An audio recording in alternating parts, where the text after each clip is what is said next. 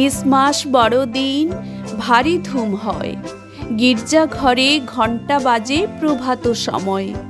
যিশুর প্রার্থনা হয় প্রথমে প্রভাতে, প্রার্থনা সঙ্গীত সবে গায়ে একসাথে।